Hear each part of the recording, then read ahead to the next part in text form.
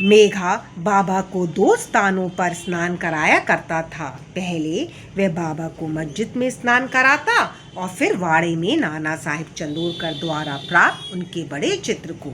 इस प्रकार ये 12 मास तक चलता रहा। बाबा ने उसकी भक्ति तथा विश्वास दृढ़ करने के लिए उसे दर्शन दिए। एक दिन प्रातःकाल मेघा जब अर्ध निद्रावस्था में अपनी शैया पर पड़ा हुआ था, तभी उसे उनके दर्शन हुए।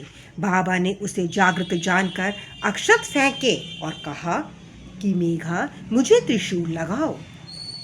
इतना कहकर वह अदृश्य हो गए। उनके शब्द सुनकर उसने उत्सुकता से अपनी आंखें खोली, परंतु देखा कि कोई नहीं है, केवल अक्षत ही यहाँ वहाँ बिखरे पड़े हैं। तब वह उठकर बाबा के पास गया और उन्हें अपना स्वप्न सुनाने के लिए पश्चात उसने उन्हें त्रिशूल लगाने की आज्ञा मांगी। बाबा ने कहा कि क्या तुमने मेरे शब्द नहीं सुने कि मुझे त्रिशूल लगाओ? वह कोई स्वप्न नहीं, वरन मेरी प्रत्यक्ष आज्ञा थी। मेरे शब्द सदैव अर्थपूर्ण होते हैं, थोथे पोचे नहीं। मेघा कहने लगा कि आपने दया कर मुझे निद्रा से तो जागृत कर दिया है, परंतु सभी द्वार पूर्ववत ही बंद देखकर मैं मूढ़मती भ्रमित हो उठा हूँ कि कहीं स्वप्न तो नहीं देख रहा था। बाबा ने आगे कहा कि मुझे प्रवेश करने के लिए किसी द्वार की आवश्यकता नहीं है, ना मेरा कोई रूप ही है और ना ही कोई अंत।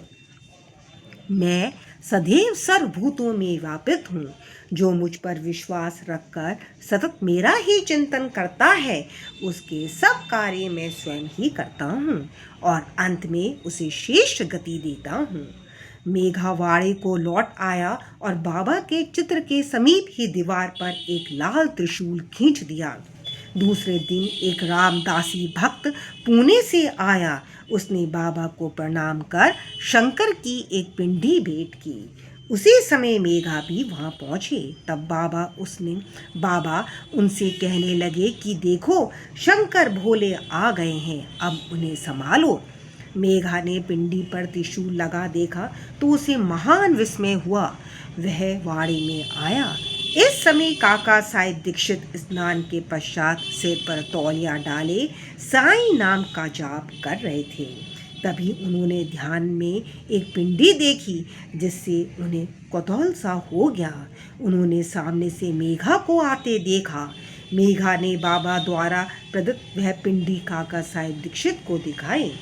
पिंडी ठीक वैसी ही थी जैसे कि उन्होंने कुछ घड़ी पूर्व ध्यान में देखी थी। कुछ दिनों में जब त्रिशूल का खींचना पूर्ण हो गया तो बाबा ने बड़े चित्र के पास, जिसका मेघा नित्य पूजन करता था, ही उस पिंडी को स्थापना कर दी। मेघा को शिव पूजन से बड़ा प्रेम था। त्रिपुंड खींचने का अवसर देकर तथा पिंडी की स्थापना कर बाबा ने उसका विश्वास दृढ़ कर दिया। इस प्रकार कई वर्षों तक लगातार दोपहर और संध्या को नियमित आरती तथा पूजा कर सन 1912 में मेघा परलोकवासी हो गया। बाबा ने उसके मृत शरीर पर अपना हाथ फेरते हुए कहा कि यह मेरा सच्चा भक्त था। फिर बाबा ने अपने ही खर्च से उसका मृत्यु भोज ब्राह्मणों को दिए जाने की आज्ञा दी, जिसका पालन काका साहेब दीक्षित ने किया। ओम साईं राम।